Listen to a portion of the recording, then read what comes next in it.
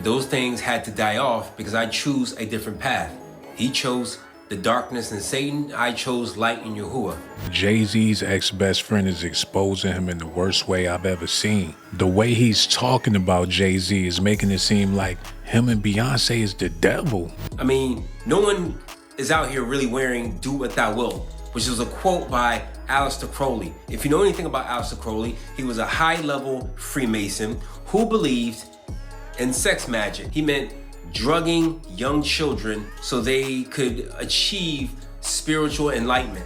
In theory and practice, in the Book of Magic, he even admits that in order to achieve this higher level of spirituality, that you go after a young white male or a young male child. What's spooking a lot of people out is Jay-Z have yet to answer any questions about him being involved in secret societies. So I wanted you to talk a little bit about this idea of like you said earlier, like the things that you do for the culture, the ways that you put on, the ways that you try to protect and move forward, but kind of the pushback that you get sometimes about like people throw capitalists at you in a derogatory sense. Yeah, I think in that verse specifically, the only thing I heard coming up was the American dream until we started being successful. And it was like, wait a minute, you're selling out because you're making money. That was the first thing that was put on musicians. Like, no, I make art first. And then I make sure that I'm compensated for my art. I didn't take advantage. I didn't get here by taking advantage of people. I didn't take it. No one. That's not my reputation. That's not what I do. I didn't get here by taking advantage of people or taking advantage of, the loopholes in the system or some wrinkle in like a capitalist structure. I really don't want to believe none of this negative stuff that's being said about Jay-Z. And if any of this stuff is true, Jay-Z need to come out and address the public. So let me start off by saying this. I do not have beef with this man or his wife. They have always treated me with respect and hospitality. He even supported me when no other brands at the time of my professional career would touch me. I have no regrets with my involvement with Rocawear, Team Rock, and the relationships I've formed. But those things had to die off because I choose a different path. He chose the darkness and Satan. I chose light in Yahuwah. So let's get into this interview, which I thought was hilarious. Right off bat, they told you exactly who he is. People are trying to break down why he had this Congolese mask and how it meant for the struggle or how it meant for the culture. They don't care about who they are as far as their identity. They're never going to tell you who they truly are or who we truly are. But they know, and they chose a side to be subjugated. He got his hands in the pyramid here. He got his hands in the pyramid here for the photo shoot. His thumbs in the pyramid here for the photo shoot. And of course, you see the Eye of Horus or the Eye of Ra, which is the one-eyed symbolism that is all connected to Freemasonry or Prince Hall Freemasonry. As you can see here, it's all esoteric knowledge. They go from black and then they go from white in one 35-minute video. The interviews wearing a black hat with a white background. Then he wears a white hat and the black background, just like the floor in York Rite, Scottish Rite, and Prince Hall Freemason lodges is the checkerboard flag. So the very first part of the interview, he wanted to jump into what happened to him as being accused of graping a young woman. He didn't really go into it because the interviewer was selected for a particular reason and he wasn't going to give him any hard questions where he couldn't handle it. But all you have to see is what he's been propagating throughout his career. I mean, no one is out here really wearing "Do What Thou Wilt," which is a quote by Aleister Crowley. If you know anything about Aleister Crowley, he was a high-level Freemason who believed in sex magic. He meant drugging young children so they could achieve spiritual enlightenment. In theory and practice, in the Book of Magic, he even admits that in order to achieve this higher level of spirituality, that you go after a young white male or a young male child. Chocolate Dropper was the closest thing to a young white male that Rockefeller ever had on their roster, so I don't believe this applies to Jay-Z whatsoever. We seen him with a Mill, we seen him with Beyonce, we seen him with Foxy Brown. You're gonna have to leave that Justin Bieber talk to Diddy or some other executives out there. I'm a Jay-Z fan still. When somebody come out and say negative things about Jay-Z, I take it with a grain of salt. Because once upon a time, they was friends. They even lived together allegedly. So what got him so big mad about Jay-Z to where he want to come out and expose things about this man? Now, I must admit, Jay-Z's last couple of interviews are super duper fishy. So I wanted you to talk a little bit about this idea of like you said earlier, like the things that you do for the culture, the ways that you put on, the ways that you try to protect and move forward, but kind of the pushback that you get sometimes about like people throw capitalists at you in a derogatory sense. Yeah, I think in that verse specifically, the only thing I heard coming up was the American dream until we started being successful. And it was like, wait a minute, you're selling out because you're making money. That was the first thing that was put on musicians. Like, no, I make art first. And then I make sure that I'm compensated for my art. I didn't take advantage. I didn't get here by taking advantage of people. I didn't take no one. That's not my reputation. That's not what I do.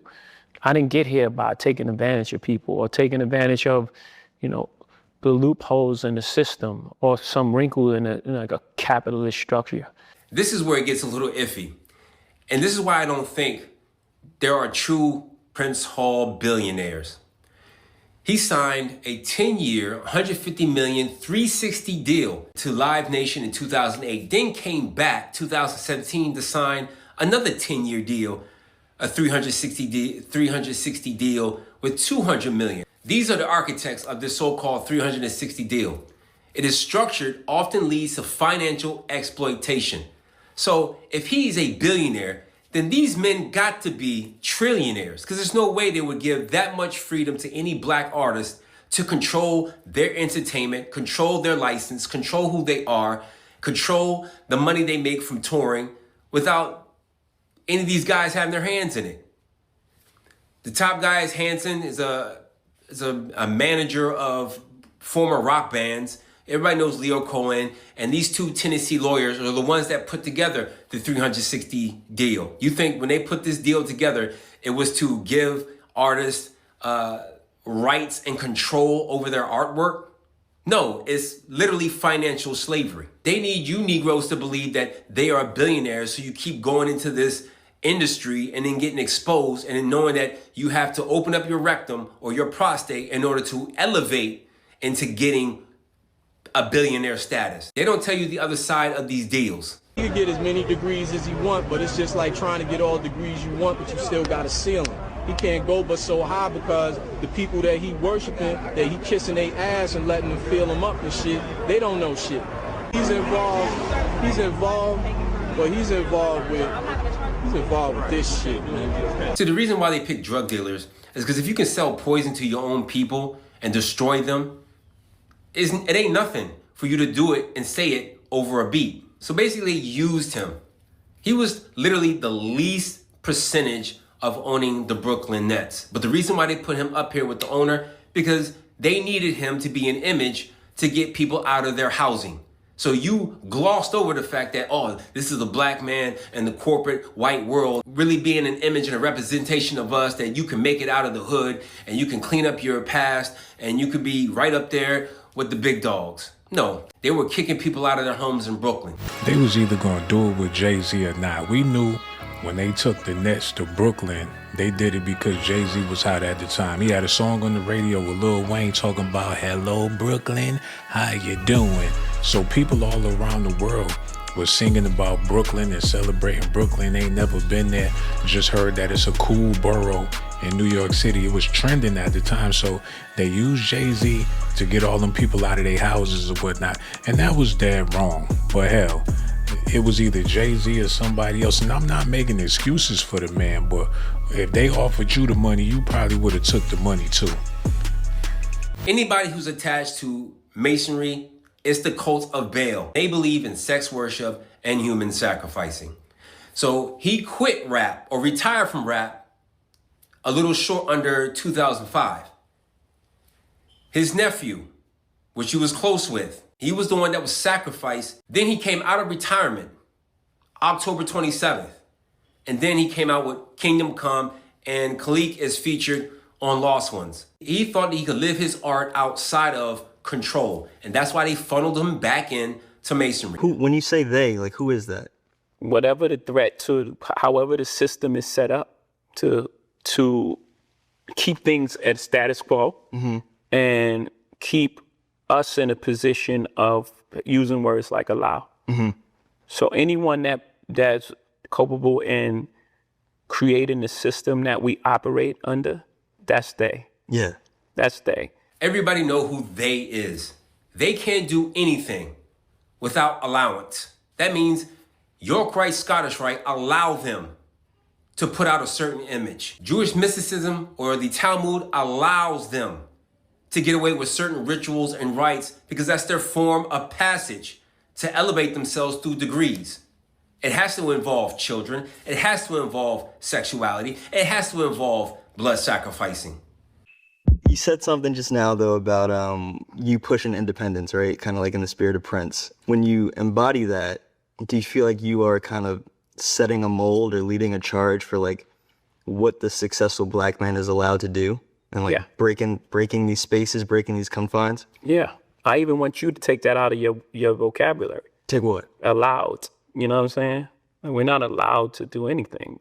You know, in order for someone to allow you, they have to have authority over you. Can't go but so high because the people that he worshiping, that he kissing their ass and letting them fill them up and shit, they don't know shit. At the end of the day, they're slipped in there to be gatekeepers for the black community. That is all. Regardless if he says that there's a problem with the alt-right or people going to Republican, he seems to forget that Trump pardoned a snitch that is on his team.